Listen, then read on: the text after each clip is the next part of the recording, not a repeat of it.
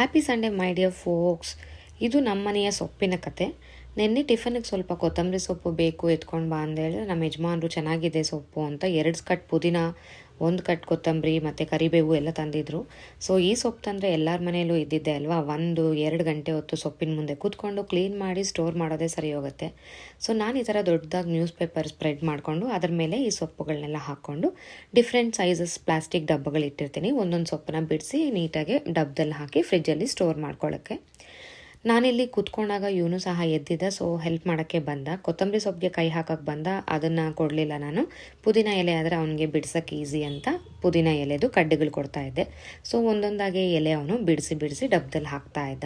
ಒಂದು 5-10 ನಿಮಿಷ ಹೆಲ್ಪ್ ಮಾಡ್ತಾನೆ. ಮತ್ತವನು ಬೋರ್ ಹೊಡೆದ್ರೆ ಎದ್ದು ಹೋಗಿ ಅವನ ಆಟ ಅವನು ಆಡ್ಕೊತಾನೆ. ಸೊ ಈ ಥರ ಅವನು. ನನಗೆ ಈ ಸೊಪ್ಪುಗಳು ಬಿಡಿಸಿ ನೀಟಾಗಿ ಡಬ್ಬದಲ್ಲಿ ಇಟ್ಕೊಂಡ್ರೆ ಯೂಸ್ ಮಾಡಲಿಕ್ಕೆ ಇಷ್ಟ ಆಗುತ್ತೆ. ನಾನು ಈ ಥರ ಕರಿಬೇವೊಂದು ಕಡ್ಡಿಗಳು ಸಮೇತ ಇರ್ತೀನಿ, ಬಿಕಾಸ್ ಬಿಡಿಸಿ ಇಟ್ಟರೆ ಬೇಗ ಕಪ್ಪಗಾಗತ್ತೆ ಅಂತ. ಪುದೀನ 2 ಕಟ್ ತಂದುಬಿಟ್ಟಿದ್ರು ಫ್ರೆಶ್ ಆಗಿದೆ ಅಂತ. ಸೊ ಅದನ್ನೆಲ್ಲ ಬಿಡಿಸಿ ಇಟ್ಕೊಂಡಿದ್ದೀನಿ. ಸೊ ಇದರಲ್ಲಿ ಪುದೀನ ಚಟ್ನಿ ಮಾಡೋಣ ಅಂತ ಪ್ಲ್ಯಾನ್ ಇದೆ. ಕೊತ್ತಂಬರಿ ಸೊಪ್ಪು ಸಹ ಬಿಡಿಸಿಟ್ಕೊಂಡಿದ್ದೀನಿ. ನಮ್ಮ ಮನೇಲಿ ಕೊತ್ತಂಬರಿ ಸ್ಟಾಕ್ ಇರಲೇಬೇಕು, ಬಿಕಾಸ್ ನಾನು ಪ್ರತಿಯೊಂದು ಅಡುಗೆಯಲ್ಲೂ ಕೊತ್ತಂಬರಿ ಜಾಸ್ತಿ ಹಾಕ್ತೀನಿ. ನನಗೆ ಕಲರ್ಫುಲ್ಲಾಗಿ ಅಡುಗೆಗಳಿದ್ರೆ ಇಷ್ಟ ಅಂತ. ಸೊ ಇದನ್ನೆಲ್ಲ ಕ್ಲೀನ್ ಮಾಡಿದೆ, ಎಲ್ಲ ರೆಡಿ ಆದ್ವಿ. ಫ್ರೆಂಡ್ ಮನೇಲಿ ಸ್ವಲ್ಪ ಕೆಲಸ ಇತ್ತು, ಮನೆ ಹತ್ರನೇ ಇದ್ದಿದ್ದ ಕಾರಣ ನಾನು ಮತ್ತು ಚಿಕ್ಕವನು ರೆಡಿಯಾಗಿ ಫ್ರೆಂಡ್ ಮನೆಗೆ ಹೋಗ್ತಾ ಇದ್ವಿ. ಅವನು ರೆಡಿ ಆಗಬೇಕಾದ್ರೆ ನಮ್ಮ ಚಿಕ್ಕವನು ಹೆಂಗೆ ಅಂದರೆ, ನಾನು ಯಾವ ಕಲರ್ ಡ್ರೆಸ್ ಹಾಕ್ತೀನೋ ಅವನು ಅದೇ ಕಲರ್ ಹಾಕಬೇಕು, ಇಲ್ಲ ಅವ್ರ ಅಣ್ಣನಿಗೆ ಯಾವ ಶರ್ಟ್ ಹಾಕ್ತೀನೋ ಅದೇ ಹಾಕಬೇಕು, ಆ ಥರ. ಯೂಶ್ವಲ್ ಚಿಕ್ಕವರು ಈ ಥರ ಡಿಮ್ಯಾಂಡ್ ಮಾಡೋದು ಸಹಜ ಅಲ್ವಾ, ಅದನ್ನು ಸಹ ಕ್ಯೂಟ್ ಅನಿಸುತ್ತೆ. ಸೊ ಫ್ರೆಂಡ್ ಮನೆಗೆ ಹೋದ್ವಿ. ಈವ್ನಿಂಗ್ ಆದರೂ ಎಷ್ಟೊಂದು ಬಿಸಿಲಿದೆ ನೋಡಿ, ನೀವು ನೋಡ್ಬೋದು ನಮ್ಮ ಶ್ಯಾಡೋಸು. ಅದಕ್ಕೆ ಇಷ್ಟ ಆಯಿತು, ಅದಕ್ಕೊಂದು ಕ್ಲಿಪ್ ತಗೊಂಡೆ.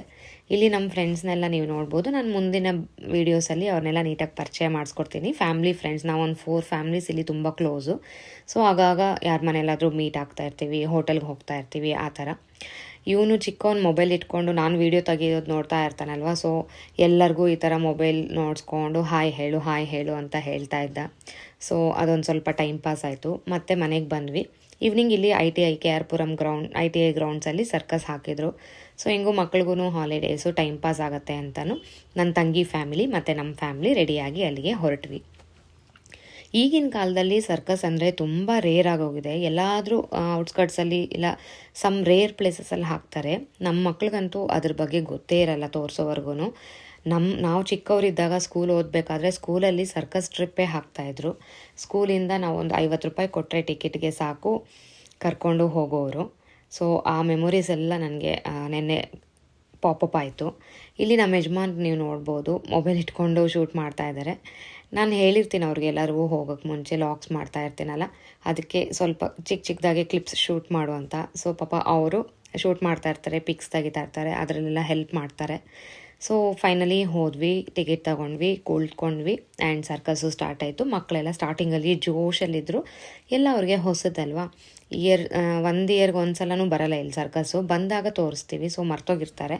ಸೊ ನನ್ನ ಚಿಕ್ಕವನು ಎಂಜಾಯ್ ಮಾಡ್ದ. ಚಿಕ್ಕವನಿಗಿದು ಫಸ್ಟ್ ಸರ್ಕಸ್ ಆಗಿತ್ತು. ಅವ್ರ ಚಿಕ್ಕಮ್ಮ ಜೊತೆ ಎಂಜಾಯ್ ಮಾಡ್ತಾ ಇದ್ದ.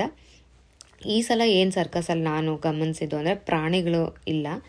ಇವಾಗೆಲ್ಲ ರೂಲ್ಸ್ ಇದೆಯಲ್ಲ, ಪ್ರಾಣಿಗಳನ್ನ ಹಾರ್ಮ್ ಮಾಡಬಾರ್ದು, ಸರ್ಕಸಲ್ಲಿ ಇನ್ವಾಲ್ವ್ ಮಾಡಬಾರ್ದು ಅಂತ. ಸೊ ಎಲ್ಲ ಮನುಷ್ಯರೇ, ಅವ್ರು ಮಾಡೋ ಡಿಫ್ರೆಂಟ್ ಟೈಪ್ಸ್ ಆಫ್ ಆ್ಯಕ್ಟ್ಸ್ನ ನಾವು ಸಹ ಎಂಜಾಯ್ ಮಾಡಿದ್ವಿ. ನಾನು ಹೇಳ್ದಂಗೆ ನಾವು ಸ್ಕೂಲ್ ಓದಬೇಕಿದ್ರೆ ಯಾವಾಗ ಸರ್ಕಸ್ ಹಾಕ್ತಾರೋ ಆವಾಗ 50 ರೂಪಾಯಿ ನಮ್ಮ ಹತ್ರ ಇಸ್ಕೊಂಡು ಸರ್ಕಸ್ಗೆ ಕರ್ಕೊಂಡು ಹೋಗೋರು. ಸ್ಕೂಲಿಂದ ನಾವು ಸರ್ಕಸ್ ಇರೋ ಲೊಕೇಶನ್ವರೆಗೂ ಲೈನ್ಗೂ ಮೈನ್ ರೋಡಲ್ಲಿ ನಡ್ಕೊಂಡು ಹೋಗ್ತಾ ಇದ್ವಿ. ಅವಾಗೆಲ್ಲ ನಾವು ಫ್ರೆಂಡ್ಸ್ ಹತ್ರ ಹೇಳ್ಕೊತಾ ಇದ್ವಿ. ಎಲ್ಲರದ್ದು ಫಾದರ್ಸ್ ಬಿಸ್ನೆಸ್ಸಲ್ಲೇ ಇದ್ದಿದ್ದರಿಂದ ನಮ್ಮ ಅಂಗಡಿ ಬರುತ್ತೆ, ನಮ್ಮ ಡ್ಯಾಡಿ ನೋಡ್ತಾರೆ, ನಮ್ಮ ಚಿಕ್ಕಪ್ಪ ನೋಡ್ತಾರೆ, ಹಾಗೆ ಹೇಳ್ಕೊಂಡು ಮಾತಾಡಿಕೊಂಡು ಸರ್ಕಸ್ ಲೊಕೇಶನ್ಗೆ ಹೋಗೋರು. ಅಲ್ಲೊಂದು 10 ರೂಪಾಯಿ ಕೊಟ್ಟು ಚಿಪ್ಸ್ ಪ್ಯಾಕೆಟ್ ತಗೊಂಡು ತಿನ್ಕೊಂಡು ಮಾತಾಡಿಕೊಂಡು ಸರ್ಕಸ್ನ ಎಂಜಾಯ್ ಮಾಡ್ತಾಯಿದ್ವು. ಆವಾಗ ಆನೆಗಳಂತೆ, ಈ ಮಂಕೀಸು, ಪ್ಯಾರೆಟ್ಸು, ಬೇರು, ಈ ಥರ ಪ್ರಾಣಿಗಳನ್ನೆಲ್ಲ ಇನ್ವಾಲ್ವ್ ಮಾಡಿ ಸರ್ಕಸಲ್ಲಿ ಮಾಡಿಸ್ತಾಯಿದ್ರು. ಸೊ ಅದೆಲ್ಲ ಒಂಥರ ನೋಡೋಕ್ಕೆ ಚೆಂದ. ಇದು ಒಂಥರ ಡಿಫ್ರೆಂಟ್ ಎಕ್ಸ್ಪೀರಿಯನ್ಸ್ ಅಂತಲೇ ಹೇಳ್ಬೋದು. ಸರ್ಕಸ್ ಎಲ್ಲ ಮುಗೀತು, ಖುಷಿಯಿಂದ ಹೋಟೆಲಲ್ಲೇ ಡಿನ್ನರ್ ಮಾಡಿಬಿಟ್ಟು ಮನೆಗೆ ಬಂದ್ವಿ. ಇದು ಸಂಡೇ ಮಾರ್ನಿಂಗ್ ಸ್ಟೋರಿ. ಟೀ ಎಲ್ಲ ಕುಡಿದ್ವಿ. ನೆನ್ನೆ ದೋಸೆ ಮಾಡಿದ್ನಲ್ಲ, ಹಿಟ್ಟಿನ್ನು ಫ್ರಿಜ್ಜಲ್ಲಿತ್ತು. ಸೊ ಟೊಮೆಟೊ ದೋಸೆ ಮಾಡೋಣ ಅಂತ ಅದಕ್ಕೆ ಟೊಮೆಟೊ, ಧನಿಯಾ, ಜೀರಾ, ಮೆಣಸಿನ್ಕಾಯಿ, ಒಣಮೆಣಸಿನ್ಕಾಯಿ ಎಲ್ಲ ರುಬ್ಬಿ ಅದೇ ಹಿಟ್ಟಿಗೆ ಹಾಕಿ ಮಿಕ್ಸ್ ಮಾಡಿ ಯೂಶ್ವಲ್ ದೋಸೆ ಥರ ಹಾಕಿ ಮೇಲೆ ಸ್ವಲ್ಪ ಆನಿಯನ್ಸು ಮತ್ತು ಕೊತ್ತಂಬರಿ ಸೊಪ್ಪನ್ನು ಗಾರ್ನಿಷ್ ಮಾಡಿ 2 ಕಡೆ ಸುಟ್ಟು ಯೂಶ್ವಲ್ ಕಡಲೆಪಪ್ಪು ಅಥವಾ ಕೊಬ್ಬರಿ ಜೊತೆ ಸವಿಯೋದಷ್ಟೇ. ಟಿಫನ್ ಎಲ್ಲ ಮುಗೀತು. ದೊಡ್ಡ ಮಗ ಟ್ರಿಪ್ಪಿಗೆ ಹೋಗ್ತಾ ಇದ್ದಾನೆ ಹತ್ತಿರದಲ್ಲೇ. ಸೊ ಅವನಿಗೆ ಸ್ವಲ್ಪ ಐಟಮ್ಸ್ ಬೇಕಾಗಿತ್ತು, ಶಾಪಿಂಗ್ ಹೋಗೋಣ ಅಂತ ಎಲ್ಲ ರೆಡಿಯಾಗಿ ಹೊರಡ್ತಾ ಇದ್ದೀವಿ. ಸೊ ನನ್ನ ಚಿಕ್ಕ ಮಗ ನನ್ನನ್ನು ಕಾರಲ್ಲಿ ಮುಂದೆ ಕೂತ್ಕೊಳ್ಳೋಕೆ ಬಿಡೋದೇ ಇಲ್ಲ, ಅವನ ಜೊತೆನೇ ಹಿಂದೆನೇ ಇರಬೇಕು. ಸೊ ನಂದು ಪರ್ಮನೆಂಟ್ ಜಾಗ ಆಗೋಗಿದೆ ಕಾರಲ್ಲಿ ಹಿಂದೆ ಕೂತ್ಕೊಳ್ಳೋದು. ಹತ್ತಿರದಲ್ಲೇ ಡೆಕತ್ಲಾನ್ ಇದೆ ಹೊಸಕೋಟೆ ಹತ್ರ. ಸೊ ಅಲ್ಲಿಗೆ ಹೋಗಿದ್ವಿ. ಕೆಲವು ಸ್ಪೋರ್ಟ್ ರಿಲೇಟೆಡ್ ಐಟಮ್ಸ್ ಬೇಕಾಗಿತ್ತು. ಟ್ರೆಕ್ಕಿಂಗ್ ಹೋಗ್ತಾ ಇದ್ದಾನೆ. ಸೊ ಇಂಥ ಐಟಮ್ಸ್ ಎಲ್ಲ ಅಂದರೆ ಡೆಕತ್ಲಾನಲ್ಲಿ ಎಲ್ಲ ಒಂದೇ ಕಡೆ ಸಿಗುತ್ತೆ ಅಂತ ನಾವು ಅಲ್ಲಿಗೆ ಹೋದ್ವಿ. ಸೊ ನಾನು ಫಸ್ಟ್ ಚಿಕ್ಕವನ್ನ ಎಂಗೇಜ್ ಮಾಡಬೇಕು ಏನಾದರೂ ಕೊಟ್ಟು, ಇಲ್ಲಾಂದರೆ ಅವನು ಡಿಸ್ಟರ್ಬ್ ಮಾಡ್ತಾ ಇರ್ತಾನೆ. ಸೊ ಬಾಲ್ಸ್ ಕಾಣಿಸ್ತು, ಒಂದು ಬಾಲ್ ತೆಗೆದು ಅವ್ನ ಕೈ ಕೊಟ್ಬಿಟ್ಟೆ. ಆಡ್ಕೊತಾ ಇದ್ದರೆ ನಮ್ಮ ಕೆಲಸ ನಾವು ಮಾಡ್ಕೋಬೋದು ಅಂತ ಲಿಸ್ಟ್ ತೆಗೆದು ನೋಡಿದೆ ಏನೇನು ಬೇಕು ಅಂತ. ಸೊ ಎಲ್ಲ ಲಿಸ್ಟ್ ಮಾಡ್ಕೊಂಡಿದ್ದೆ. ಅಲ್ಲಿ ಸಿಗೋ ಐಟಮ್ಸ್ ಎಲ್ಲ ತಗೊಳ್ಳೋಣ ಅಂತ ಎಲ್ಲ ಒಂದೊಂದಾಗೆ ಟಿಕ್ ಮಾಡಿಕೊಂಡು ಏನೇನು ಸಿಗುತ್ತೋ ಅಲ್ಲಿ ಎಲ್ಲನೂ ಶಾಪ್ ಮಾಡಿಕೊಂಡು ಬಂದ್ವಿ. ಈ ಸಮ್ಮರ್ ಹಾಲಿಡೇಸ್ ಬಂದರೆ ಸಾಕಲ್ವಾ, ಮಕ್ಕಳಿಗೆ ಏನಾದರೂ ಎಂಟರ್ಟೈನ್ಮೆಂಟ್ ಇರಬೇಕು, ಈಚೆ ಕರ್ಕೊಂಡು ಹೋಗಬೇಕು, ಶಾಪಿಂಗ್ ಮಾಡಿಸ್ಬೇಕು, ಆಟ ಆಡಿಸ್ಬೇಕು, ಹೋಟೆಲ್ಸಿಗೆ ಕರ್ಕೊಂಡೋಗಿ ತಿನ್ನಿಸ್ಬೇಕು, ಇವೆಲ್ಲ ಇರುತ್ತೆ. ನಿಜವಾಗ್ಲೂ ನಾವು ಚಿಕ್ಕವರಿದ್ದಾಗ ಟೈಮೇ ಡಿಫ್ರೆಂಟಾಗಿತ್ತು, ಈ ಥರ ಡಿಮ್ಯಾಂಡ್ಸೇ ಇರಲಿಲ್ಲ. ಆ್ಯಂಡ್ ನಾವು ಒಂಥರ ಅಜ್ಜಿ ಮನೆಗೆ ಹೋಗು, ಆಂಟಿ ಮನೆಗೆ ಹೋಗು, ದೊಡ್ಡಮ್ಮ ಮನೆಗೆ ಹೋಗು, ಒಂದು 5 ದಿನ ಸ್ಪೆಂಡ್ ಮಾಡು, ಮತ್ತೆ ಮನೆಗೆ ಬಾ, ರಿಲೇಟಿವ್ಸ್ ಮನೆಗೆ ಬರೋರು, ಈ ಥರ ಎಲ್ಲ ಇತ್ತು. ಬಟ್ ಇವಾಗಿನ generation full change and time ಹಂಗೆ ಚೇಂಜ್ ಆಗ್ತಾ ಬಂದಿದೆ. ಸೊ ಇವಾಗ ರಿಲೇಟಿವ್ಸ್ ಮನೆಗೆ ಹೋಗೋಕ್ಕಿಂತ ಮಾಲ್ಗೆ ಹೋಗು, ಮೂವಿಗೆ ಹೋಗು, ಟ್ರಿಪ್ಗಳಿಗೆ ಹೋಗು, ಅದೇ ಜಾಸ್ತಿ ಆಗೋಗಿದೆ. ಏನು ಮಾಡೋಕ್ಕಾಗಲ್ಲ, ಟೈಮ್ ಹೆಂಗೆ ಓಡುತ್ತೋ, ನಮ್ಗೆ ಏನು ಕಲಿಸುತ್ತೋ ಅದನ್ನು ಕಲಿತಾ ಟೈಮ್ ಜೊತೆ ಓಡ್ಕೊಂಡು ಹೋಗೋದಷ್ಟೇ. ಸೊ ಈ ಥರ ಏನೇನು ಬೇಕು, ಟ್ರೆಕ್ಕಿಂಗ್ ಶೂಸ್ ಬೇಕು ಎಲ್ಲ ತಗೊಂಡ್ವಿ. ಎಲ್ಲ ಶಾಪಿಂಗ್ ಮುಗಿಸ್ಕೊಂಡು ಈಚೆಗೆ ಬಂದ್ವಿ. ಟಯರ್ಡ್ ಆಗೋಗಿತ್ತು, ಬಿಸಿಲಿರೋ ಕಾರಣ ಒಳಗಡೆ ನಾವು ಇದ್ರೂ ನಮಗೊಂಥರ ಹೀಟ್, ಶೆಕೆಯಾಗಿರುತ್ತೆ. ಒಂಥರ ಯಾವಾಗ ಮನೆಗೆ ಹೋಗಿ ಮಲ್ಕೊಳ್ಳೋಣ ಅಂತ ಅನಿಸುತ್ತೆ. ನಾನು ಈ ಥರ ಈಚೆಗೆ ಬಂದಾಗ ರೈಸ್ ಕುಕ್ಕರಲ್ಲಿ ಅನ್ನನ ಇಟ್ಬಿಟ್ಟು ಬರ್ತೀನಿ. ಸೊ ಹೋಗೋಷ್ಟೊಳಗಡೆ ಆಗಿರುತ್ತೆ. ಏನಾದರೂ ಒಗ್ಗರಣೆ ಟಕ್ ಅಂತ ಹಾಕ್ಕೊಂಡು ತಿನ್ಬಿಡ್ಬೋದು.